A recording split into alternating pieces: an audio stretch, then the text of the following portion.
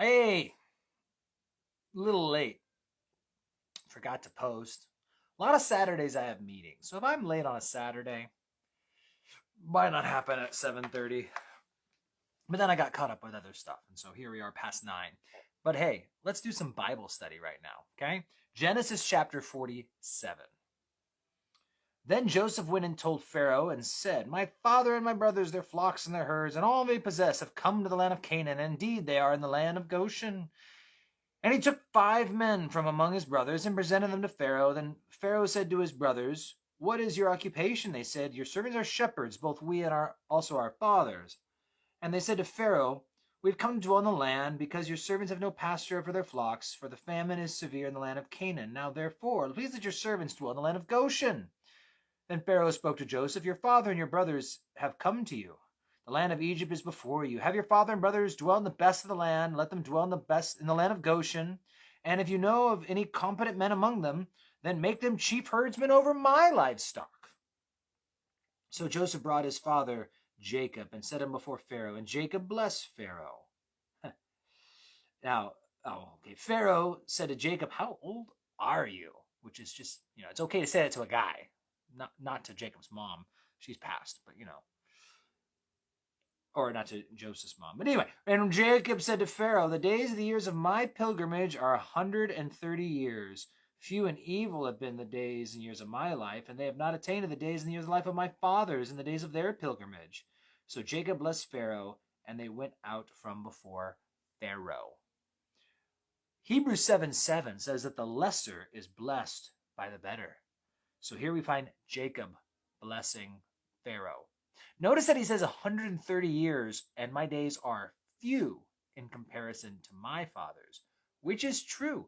When you look at the genealogies going backwards, they get longer and longer, all the way back to the flood. And prior to the flood, everyone was living 800-900 years. And so here they go. They come, and now Pharaoh is being very welcoming. And we talked a little bit yesterday about the Hyksos kings, the shepherd kings and whatnot, and why they'd be favorable of the Jewish people, the Hebrew people coming in there. Verse 11 says, And Joseph situated his father's brothers, gave them possession of the land of Egypt, the best land, the land of Ramses, as Pharaoh had commanded. Then Joseph provided his father, his brothers, and all his father's household with bread, according to the number of their families. Now, Joseph dealing with the land and the famine. There was no bread in all the land, for the famine was very severe. So the land of Egypt and the land of Canaan languished because of the famine. So Joseph gathered up all the money that was found in the land of Egypt and the land of Canaan for the grain which they bought. And Joseph brought the money to Pharaoh's house. So when the money failed in the land of Egypt and the land of Canaan, all the Egyptians came to Joseph and said, Give us bread, for why should we die in your presence? The money has failed. He says, Give us livestock, and we will give you bread for your livestock if the money is gone. So they brought their livestock to Joseph, and Joseph gave them bread in exchange for their horses, their flocks, their cattle. And then when the year had ended, they came the next year. We'll not hide from my Lord. Our money is gone. You have our livestock. Nothing is left to the Lord by our bodies and our lands. Verse 19, Why should we die before your eyes, both we and our land? Buy us and our land for bread, and our land will be servants of Pharaoh. Give us seed that we may live. And so here he gets all their money. Then they get all of their livestock. Now he's getting all their land. Verse 20, Joseph bought all the land of Egypt for Pharaoh. For every man of the Egyptians sold his field, because the famine was severe upon the land. As for the people, he moved them to cities from one end of the border of Egypt to the other. Only the land of the priests he did not buy, for the priests had rations allotted to them by Pharaoh, and they ate the rations of Pharaoh gave them. Therefore they did not sell their lands. Verse 23, Joseph said to the people, Indeed, I have bought you and your lands this day for Pharaoh. Look, here is the seed for you, and you shall sow the land. It came to pass in the harvest that you shall give 1/5 to Pharaoh.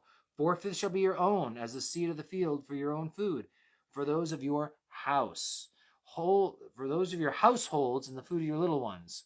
So they said, You have saved our lives. Let us find favor in the sight of my Lord, and we will be Pharaoh's servants. Joseph made a law over the land of Egypt to this day, that Pharaoh should have 1/5, except for the land of the priests only, which had not become Pharaoh's. So this shows how when Joseph was in charge there in Egypt, Egypt had a Pharaoh, but people all had their own land.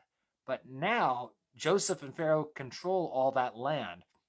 And so it shows how the Pharaoh moves into a place of kind of total power. Verse 27, let's just wrap up this chapter. So Israel dwelt in the land of Egypt, in the country of Goshen, and they had possessions there, and grew and multiplied exceedingly. And Jacob lived in the land of Egypt 17 years. The length of Jacob's life was 147 years.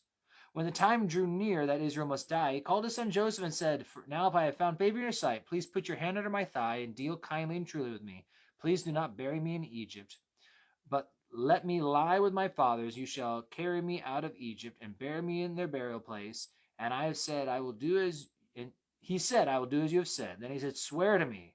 And he swore to him. So Israel bowed himself on the head of the bed. We'll see a little more from Israel on Monday. But here we just find him praying that God would not let him die in Egypt.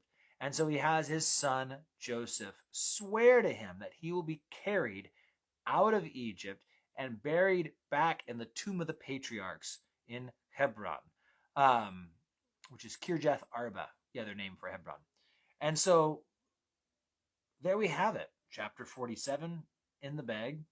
I kind of knocked out the whole chapter because it's pretty straightforward. And we're going to find as we get into chapter 48 and 9, we're going to have a little more application as we look through some of Jacob's words to his sons in chapter 49 and the blessing of Ephraim and Manasseh in chapter 48. But we're getting really close to the end of Genesis here, people, so we're going to have to figure out where we're headed next. Post a thought in the comments if you have a proposal of what book we should be studying next. Otherwise, I will see many of you at church Sunday morning, and the rest of you, I will see back here on Facebook Monday. God bless you guys.